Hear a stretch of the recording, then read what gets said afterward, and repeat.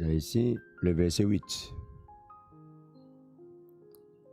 Il vous affermira aussi jusqu'à la fin, pour que vous soyez irréprochables au jour de notre Seigneur Jésus-Christ. Pour que nous soyons irréprochables au jour de notre Seigneur, qu'est-ce qui doit se passer?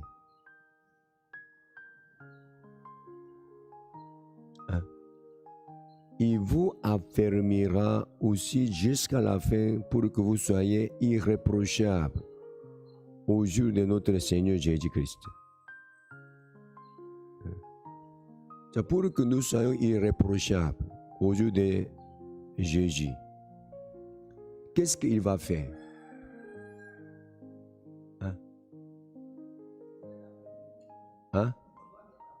Oui, il nous affermit. Il nous affermit. Avec quelle manière? Avec quelle façon? Pour nous affermir, qu'est-ce que Dieu va faire? Il va faire quoi concrètement? Il vous affermira. Comment? Ça se passe comment? Le verset 9. Dieu est fidèle, lui qui vous a appelé à la communion de son Fils Jésus-Christ notre Seigneur. Ça veut dire quoi? Pour que nous soyons affermis, c'est que Dieu fait quoi? Il nous appelle pour qu'on puisse causer avec qui? Avec Jésus. Ça, c'est sa manière de... Ça, c'est la manière qu'il utilise pour nous affermir. Pour que nous soyons irréprochables au jour de Jésus-Christ, tout ce que Dieu fait dans notre vie, ce n'est pas les miracles, ce n'est pas la guérison, ce n'est pas une chose qui est extraordinaire qu'il va faire. C'est pas ça. Il nous appelle. Et puis il dit quoi? Il faut causer avec Jésus. C'est-à-dire, il veut nous orienter vers la parole. C'est-à-dire, si dans votre vie, il y a beaucoup de choses qu'on doit reprocher. Vraiment, votre vie est vraiment reprochable. Pourquoi? Parce que votre corps est faible, votre chair est trop forte, à cause de la situation de votre famille, votre maison, votre travail. Non, ce n'est pas ça. Dieu va nous poser question. En ce moment-là, pourquoi tu n'as pas causé avec Jésus? Pourquoi tu n'as pas causé avec Jésus? Dans notre vie, si nous faisons n'importe quoi, dans notre vie, il y a beaucoup de choses qu'on doit reprocher. En ce moment-là, ce n'est pas à cause de notre situation difficile, ce n'est pas à cause de manque de sagesse, ou manque de patience, manque d'intelligence. Non, ce n'est pas à cause de ça. À cause de quelle raison? On n'a pas causé avec Jésus. Vous comprenez?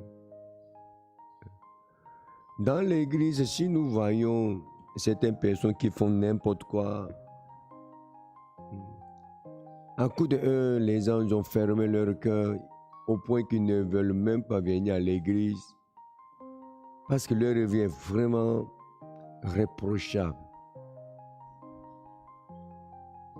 Ce n'est pas à cause de la faiblesse de cette personne.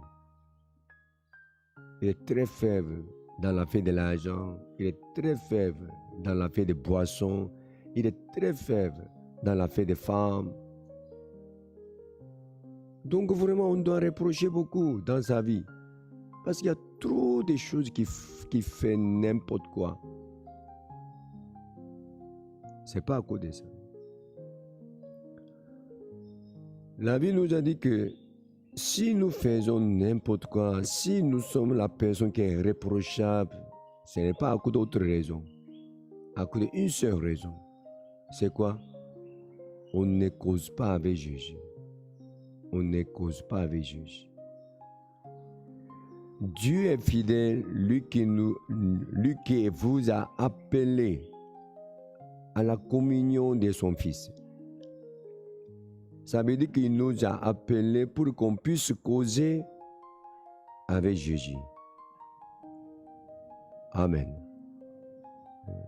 Et donc, c'est lui qui cause avec Jésus. C'est lui qui écoute la parole de Jésus tous les jours. Sa vie sera irréprochable. Ce n'est pas qu'il est une bonne personne, ce n'est pas qu'il est très très fort, vraiment, il a la foi, il est puissant spirituellement. Ça, ce n'est pas à cause de ce que nous imaginons. Il cause avec Jésus. Devant la tentation, devant la séduction, si vous causez avec Jésus, est-ce que vous allez faire selon votre désir? Hein? On ne pourra jamais faire selon notre désir. Pourquoi? Il va nous persuader. À travers sa parole, il va nous conduire. Donc, celui qui cause avec Jésus ne peut jamais faire n'importe quoi. Mais malheureusement, dans notre situation, dans notre difficulté, dans la séduction, dans la tentation, malheureusement, on ne cause pas avec Jésus. On ne cause pas. C'est donc dans votre vie, vous devez essayer de causer avec Jésus. Qu'est-ce qui se passe? C'est-à-dire, dans la vie de celui qui mène cette vie, qu'est-ce qui se passe? Par exemple, on va lire Actes. Actes chapitre 27. Le verset 22. Maintenant, je vous exhorte à prendre courage, car aucun de vous ne périra, et il n'y aura de perte que celle du navire. Un ange de Dieu, à qui j'appartiens, et je sers, m'est apparu cette nuit et m'a dit, Paul, ne crains point, il faut que tu comparaisses devant César. Et voici, Dieu t'a donné tout ce qui navigue avec toi. C'est pourquoi, ô homme, rassurez-vous, car j'ai cette confiance en Dieu, qu'il en sera comme il m'a été dit. Amen. Il était en danger.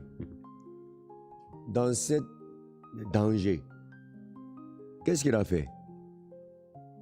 Il a causé avec Dieu. C'est ça?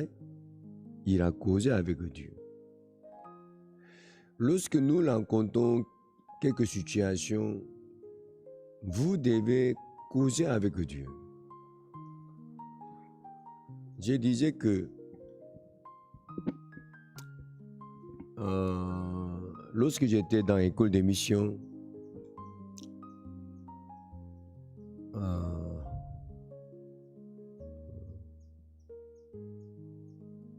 c'est-à-dire dès qu'on s'est marié, que nous sommes entrés dans l'école de mission, qu'un jour, ma femme m'a dit que elle a saigné 3 fois. Mais puisqu'on n'a pas de moyens, parce qu'on était étudiant d'école de mission, elle ne voulait pas me déranger. Elle ne voulait pas me troubler en disant que je saigne. C'est-à-dire elle était enceinte, mais elle a saigné 3 fois.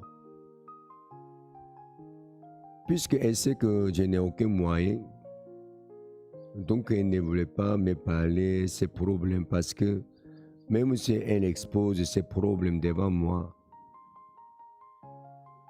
je serais seulement troublé, sans montrer la solution. Parce qu'elle connaît ma situation, ma condition, parce qu'on vit ensemble. Mais puisqu'elle a saigné 3 fois, elle ne savait même pas quoi faire. Elle avait peur même, parce que 3e fois, lorsqu'elle a saigné, c'était beaucoup. Donc elle a pensé la fausse couche. Donc vraiment, elle avait peur. Parce qu'elle a expérimenté ça pour la première fois. Donc elle m'a parlé de ça. En tout cas, on a fouillé notre chambre, nos habits. En tout cas, on a cherché l'argent. Peut-être on a mis l'argent dans quelques habits à notre insu. En tout cas, on a fouillé et puis on a trouvé un peu l'argent. Avec cet argent, on pouvait demander la consultation.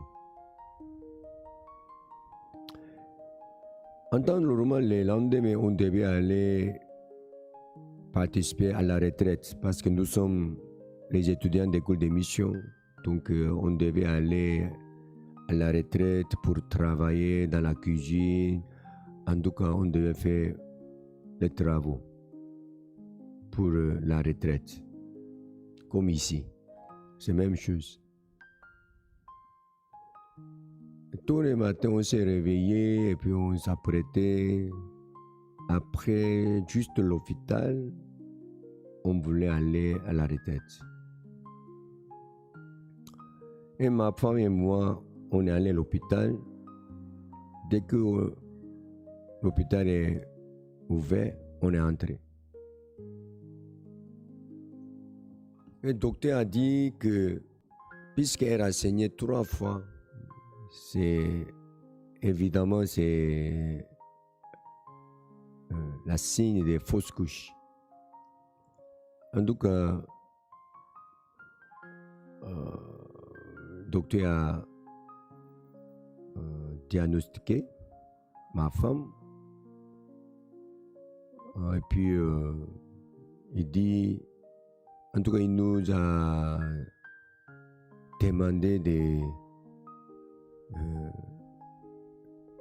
demandé qu'elle soit hospitalisée en même temps. Elle ne doit pas bouger. Elle doit rester à l'hôpital sans bouger. Et puis, elle doit prendre certaines perfusions. Et puis, elle doit prendre certains médicaments. Alors que je n'ai rien.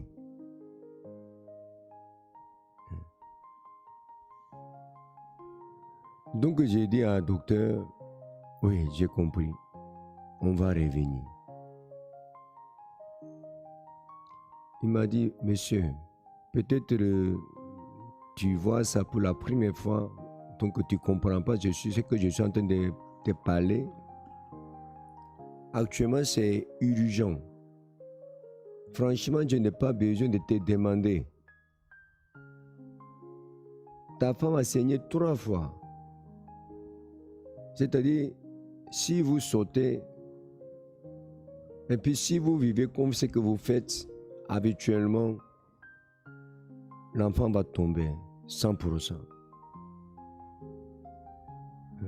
Donc, je suis obligé de garder ta femme. Parce que si ta femme sort, l'enfant va tomber. Si tu veux garder l'enfant, tu dois accepter que ta femme soit hospitalisée. Mais j'ai dit, monsieur, j'ai revu. Et puis on est sorti. Lorsqu'on est sorti, ma femme a commencé à pleurer. Elle a pleuré. Et puis en pleurant, elle m'a dit qu'elle va appeler à sa grande sœur. Sa maman fait 6 enfants. Elle est la dernière enfant de sa famille.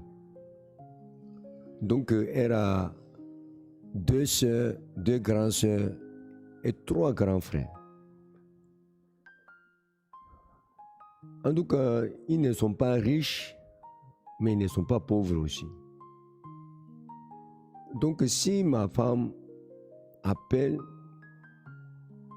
à sa grande sœur ou à son grand frère, automatiquement, il peut envoyer 1 million même sur place. En tout cas, leur relation est très bonne relation jusqu'à aujourd'hui. Donc, elle dit qu'elle va appeler sa grande sœur pour demander l'argent parce qu'elle va être hospitalisée. Parce qu'elle était persuadée par la parole du docteur.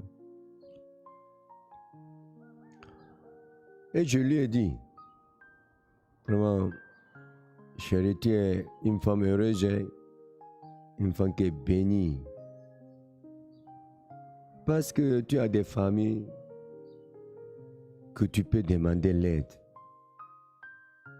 Mais moi, je suis maudit de...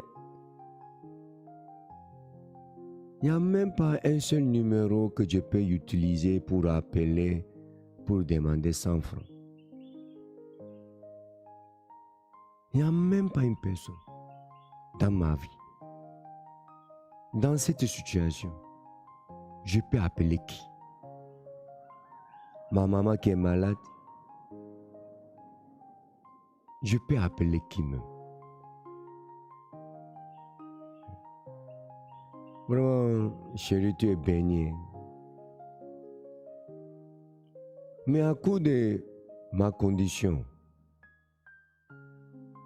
puisqu'il n'y a aucune personne sur la terre qui peut m'aider, hier, je ne pouvais pas dormir. Hier, je ne pouvais même pas dormir. Je devais lire la Bible. Je devais prier.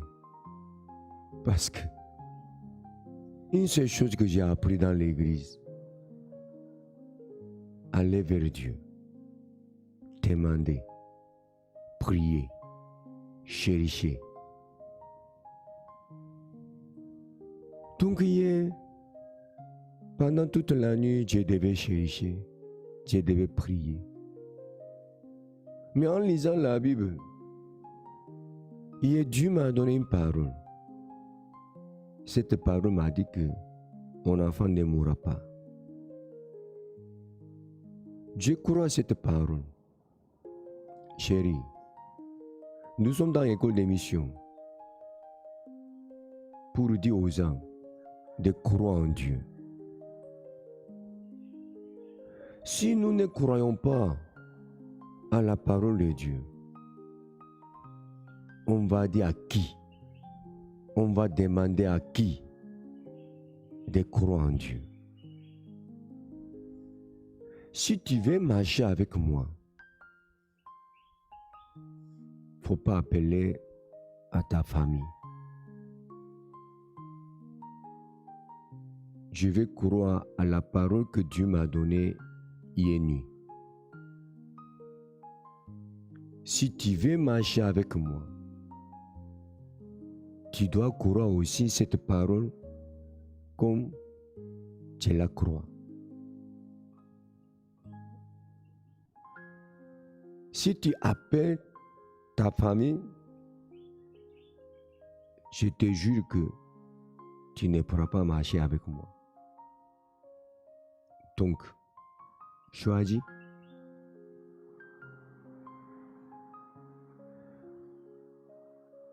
Elle a pleuré.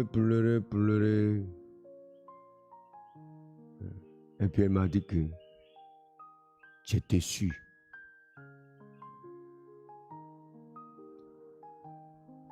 Après la consultation, 200 francs étaient restés.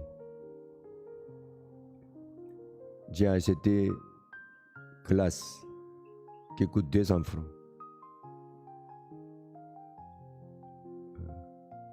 Ma femme mangeait ça. Et puis on allait à la retraite.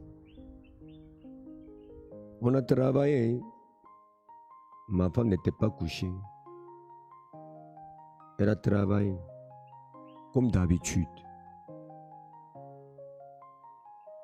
On est revenu de la retraite. Une sœur de l'église nous a appelé ma femme. Et puis, elle lui a donné un médicament oriental qui coûte cher, à peu près 500 000 comme ça, pour un mois. Elle dit que c'est un médicament qui empêche la fausse couche.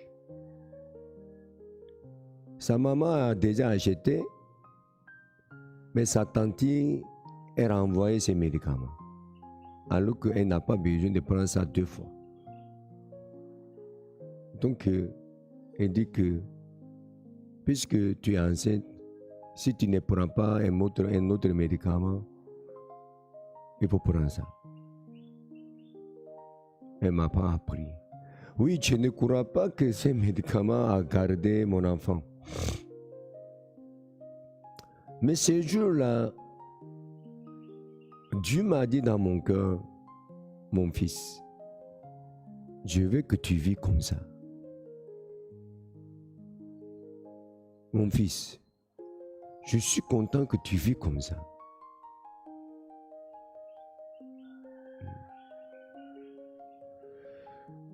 En tout cas, j'étais vraiment reconnaissant parce que sur la terre, il n'y a aucune personne qui peut m'aider. Dans l'école des missions, on a appris. On ne doit jamais signaler notre problème, notre difficulté à l'homme. On doit prier seulement à Dieu. En tout cas, en étant dans l'école des missions, on a traversé beaucoup de difficultés. Mais personne ne pouvait savoir notre situation. Personne. Et puis, chaque fois, on pouvait recevoir l'aide de Dieu.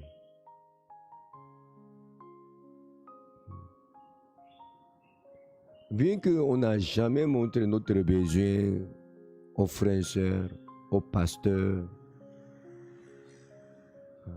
qui que ce soit, Dieu nous a aidés, Dieu nous a protégés.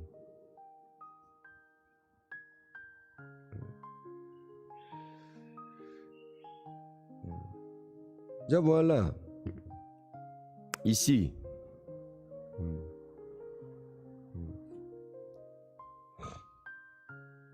Dieu était fidèle. Dieu était fidèle. Pourquoi? Parce qu'il nous a appelés pour qu'on puisse causer avec Dieu, avec Jésus, avec la parole. Même si je n'ai aucune solution, Dieu n'a jamais fermé cette route.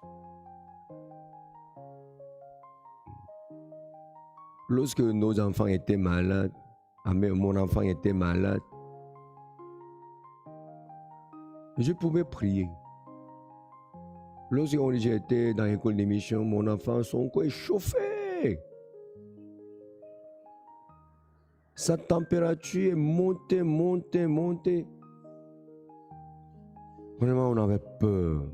Parce que c'était le premier enfant. J'ai douillé. Je suis nouveau père, ma femme est nouvelle mère. On est dans l'école d'émission, on n'a rien. On ne peut pas aller à l'hôpital. Il n'y a pas l'argent.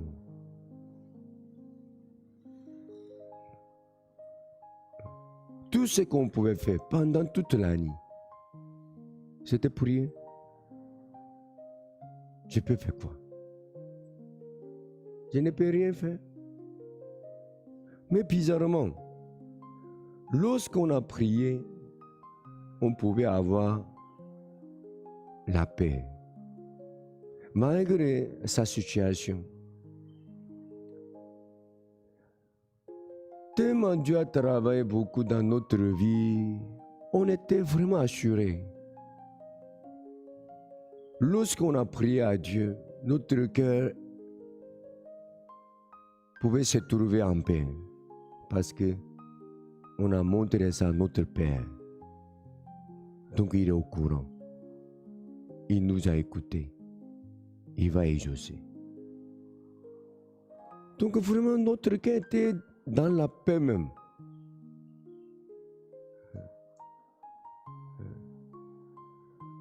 Sa température est montée 40 degrés, dépasse 40 degrés.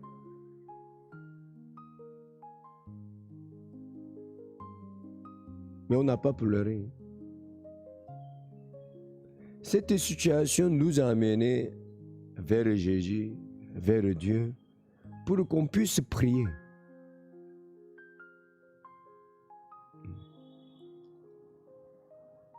Je n'ai ni l'argent, ni l'or. Mais je savais que Jésus-Christ était avec moi. En tout cas, ça nous a assurés. En tout cas, plusieurs fois. J'ai rendu beaucoup de témoignages lorsqu'on avait des manques de les laits.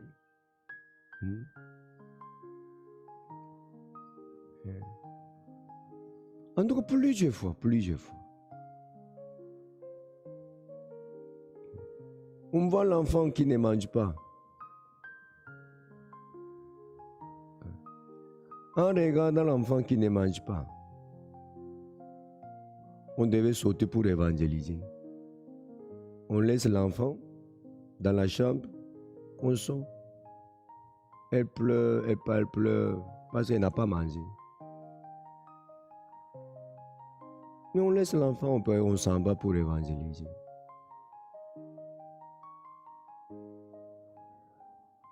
Et un jour même, j'ai dit à mon enfant, ma fille, toi et moi, même si on meurt,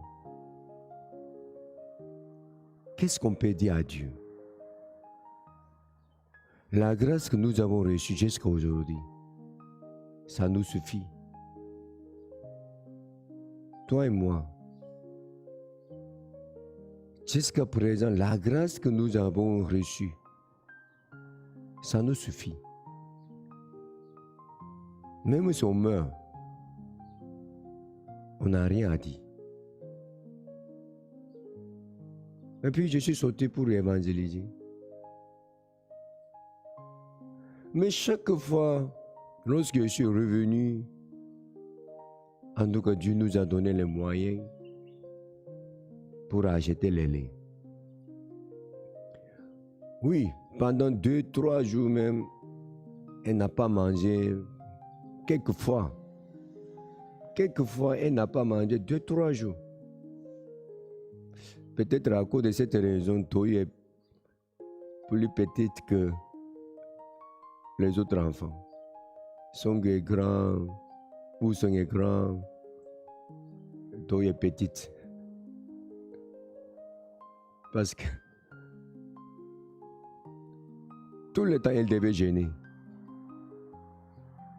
En tout cas, mais je n'ai un jour, 2 jours, mais c'est régulier. C'était régulier.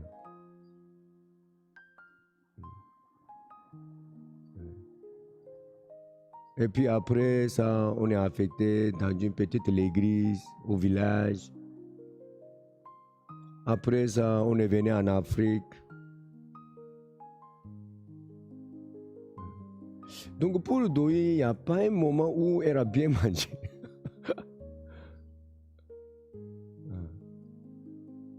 Donc elle n'a pas trop grandi. Mais elle est jolie quand même.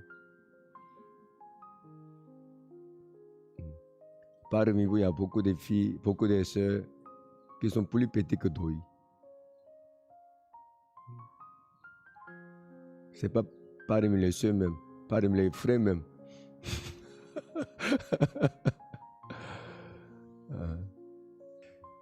Dieu est fidèle parce que nous causons avec Dieu.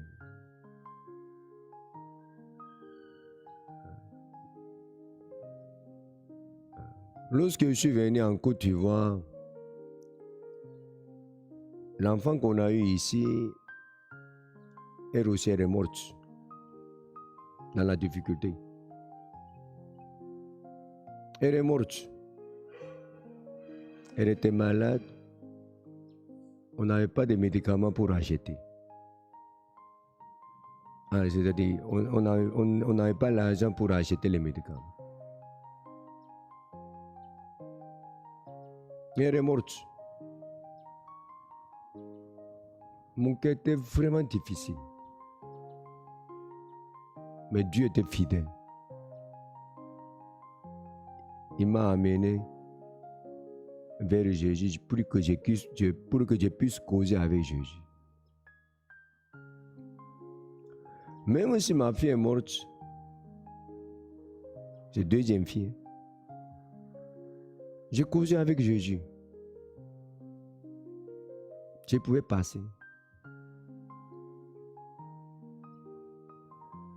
Dans la bonne situation, dans la mauvaise situation, dans les bons résultats, dans les mauvais résultats, Dieu était fidèle. Et j'ai causé avec Jésus. Et puis je suis resté. Je pouvais vivre pour l'évangile continuellement. Celui qui dit mon cœur est difficile, je ne vais plus aller à l'église. Mon cœur est fermé envers le pasteur, envers Samonim ou bien envers l'église, envers les frères et sœurs.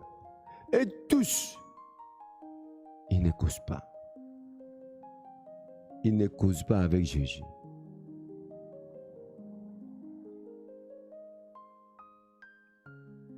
Ceux qui sont dans l'église, ceux qui vivent pour l'évangile, parce qu'ils n'avaient aucun problème, parce que tout ce qui était passé dans sa vie, tout est bon résultat. Non. Non. Lorsque je vois Pasteur aussi, c'est pareil.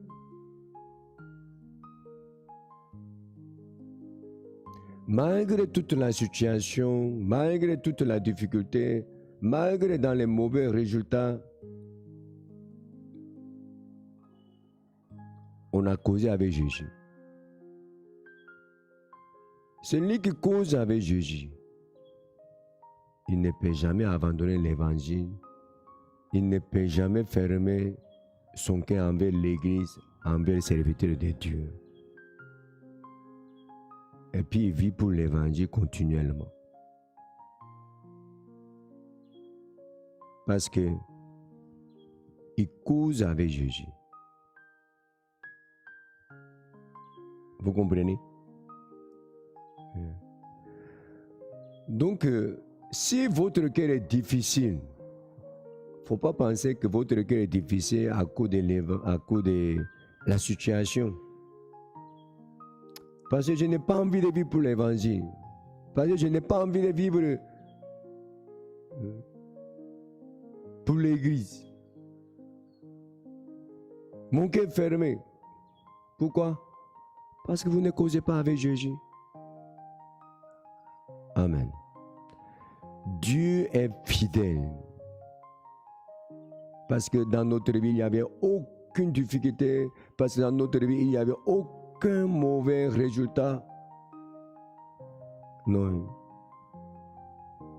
Quelquefois, on peut perdre notre enfant.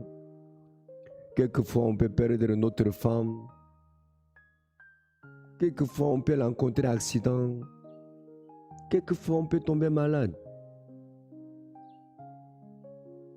Malgré tout ça, si on est fidèle, parce qu'on a causé avec Jésus, Dieu est fidèle. Vous comprenez? En tout cas, je veux que vous compreniez cette chose véritablement. Si vous soulevez, voilà ce qui s'est passé dans ma vie. Voilà. Pourquoi tu n'as pas aidé? Pourquoi tu ne m'as pas aidé? Pourquoi mon enfant est mort? Pourquoi ma femme est morte? Pourquoi j'ai perdu mon travail? Pourquoi j'ai divorcé? Pourquoi? Tu comprends rien. Oh. Tu comprends rien. Ceux qui sont fidèles dans l'église, tu penses qu'ils n'ont pas traversé tout ce que tu es en train de raconter? On a déjà traversé, mais on est fidèle, on est dans l'église, on prêche l'évangile. Ce n'est pas qu'on ne connaît pas ta situation. C'est parce qu'on a causé avec Jésus. Tu ne causes pas, mais j'ai causé. Ça, c'est la différence entre toi et moi. Vous comprenez? Donc, causer avec Jésus. Ça, c'est la fidélité de Dieu. Amen.